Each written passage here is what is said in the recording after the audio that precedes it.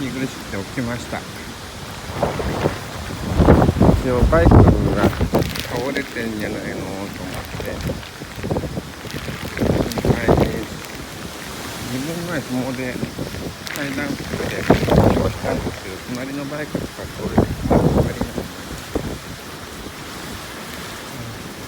大丈夫そうですね。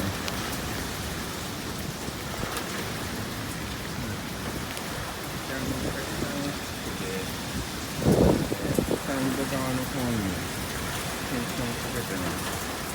これは三角ですね。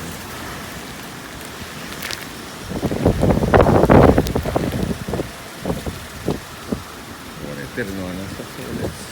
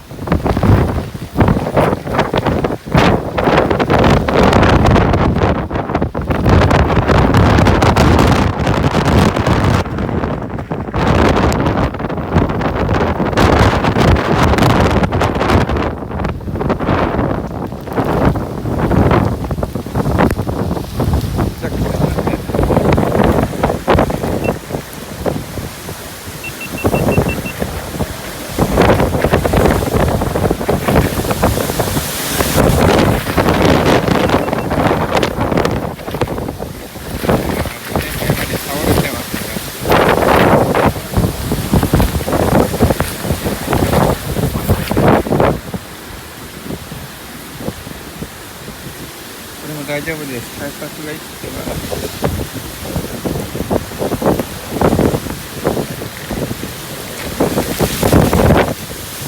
すごい。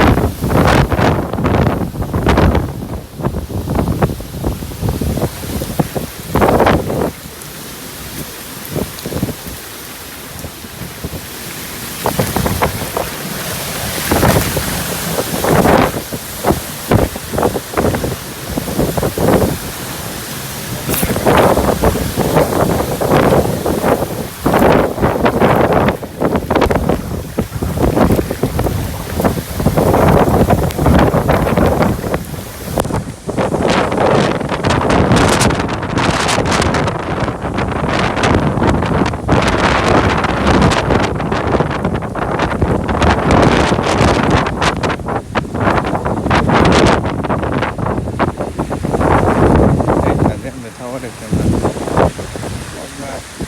す。